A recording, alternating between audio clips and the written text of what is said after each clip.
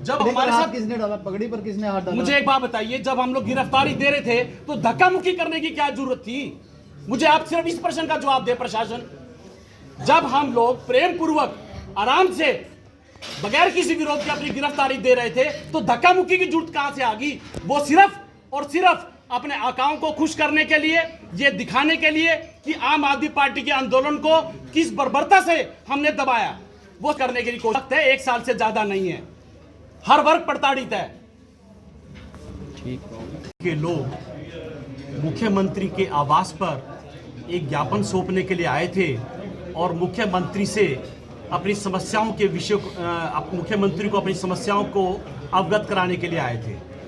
अभी पिछले 1 साल में स्वास्थ्य सुविधाओं की कमी के कारण चौटाला गांव में लगभग 400 नवजात शिशुओं की मौत हो चुकी है। तो वो लगभग 12 दिन की यात्रा के बाद कड़कती ठंड में कल करनाल पहुंचे। आम आदमी पार्टी ने उनको समर्थन दिया। देखिए, शिक्षा और चिकित्सा एक 2 अहम मुद्दे हैं जो हर नागरिक का अधिकार है। यदि आज़ादी के 75 साल के बाद और भाजपा के 8 साल के कुशासन के बाद यदि हरियाणा सरकार हरियाणा के नागरिकों को अच्छी चिकित्सा सुविधाएं नहीं दे सकती तो इस सरकार को सत्ता में रहने का कोई अधिकार नहीं है। ये मंत्रालय माननीय अनिल विज जी के पास है। अनिल विज जी को मैं बताना चाहता हूं, उनके पास उन्होंने जो चिकित्सा का जो उनका जो बजट है और जो दिल्ली का चिकित्सा का बजट है, मैं उसको एक कंपैरिजन देना चाहता हूं आपको। जो दिल्ली का जो टोटल बजट है वो 71,085 करोड़ है। दिल्ली सरकार हेल्थ सर्विसेज पर लगभग 13.5% खर्च करती है। आप दिल्ली सरकार देखिए कि वो अपने नागरिकों के लिए 13.5% खर्च कर रही है। दूसरी ओर हरियाणा सरकार अपने बजट का 6% खर्च कर रही है। दिल्ली सरकार 13.5% खर्च करने के बावजूद भी मुनाफे में है और हरियाणा की जो सरकार है केवल 6% खर्च करने के बाद भी घाटे की सरकार है। इस समय हरियाणा पर जो कर्ज है लगभग 3,11,789 करोड़ है। और कल के विषय में मैं एक बात और बताना चाहूंगा। जब हम लोग वहां पर प्रदर्शन कर रहे थे तो हमारे लोगों के साथ अमर्यादित भाषा का प्रयोग किया गया, जबकि हम लोगों ने वहां पे कोई लॉ एंड ऑर्डर की मतलब कोई स्थिति में हमने कोई खराब नहीं की। लॉ एंड ऑर्डर वहां पे मेंटेन था। हम बिल्कुल शांति प्रिय से अपना प्रदर्शन कर रहे थे। पुलिस ने जिस बर्बरता के साथ और जिस अमर्यादित भाषा का हमारे साथ प्रयोग किया वो घोर निंदनीय है। एक अधिकारी ने तो ये कहा इस साले को 2 थप्पड़ मारो और इसको मैं देख लूंगा। क्या पुलिस की ये कार्यशैली है? लोकतंत्र में सब पार्टियों को अपना प्रोटेस्ट करने का अधिकार है। ये फ्रीडम ऑफ एक्सप्रेशन भी है और फ्रीडम ऑफ स्पीच भी है। तो ये बात करनाल पुलिस को शोभा नहीं देती। मैं करनाल के पुलिस कप्तान गंगाराम पुनिया के संज्ञान में लाना चाहता हूं। उनके एक अधिकारी ने जो अमर्यादित भाषा का प्रयोग किया, ये आम आदमी पार्टी इसको कतई बर्दाश्त नहीं करेगी। हम चाहते हैं कि वो अधिकारी तुरंत कैमरे पर आकर माफी मांगे, नहीं तो हम इसका विरोध करेंगे। जिस तरीके की अमर्यादित भाषा करनाल की पुलिस कर रही है बिल्कुल भी शोभनीय नहीं है। आप ये देखिए, सरकारें आएंगी, सरकारें जाएंगी, हमारी उनसे कोई पर्सनल दुश्मनी नहीं है। जो पुलिस विभाग है वहां पे लॉ एंड ऑर्डर मेंटेन करने के लिए था और हमने लॉ एंड ऑर्डर को बिल्कुल खराब नहीं किया। उसके बावजूद भी जब हम अपनी गिरफ्तारी दे रहे थे, बिल्कुल आराम से और प्यार से गिरफ्तारी दे रहे थे, उन्होंने जबरदस्ती हमारे साथियों को और मुझे जबरदस्ती गाड़ी में धकेला, सिर्फ अपने आकाओं को दिखाने के लिए कि देखिए ये जो लोग प्रदर्शन कर रहे हैं, हमने इनको ठिकाने लगा दिया। तो क्या रुख रहेगा? आम आदमी पार्टी का क्या रुख रहेगा इसके लिए?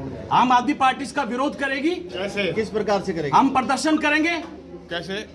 देखिए सर, ये सरकारें आनी जानी चीज हैं। आपको क्या लगता है वो अधिकारी सारे कैमरे पर हैं? जिन अधिकारी जो आज इनकी नौकरी कर रहे हैं ना भाजपा सरकार की, कल किसी और सरकार की भी नौकरी करेंगे।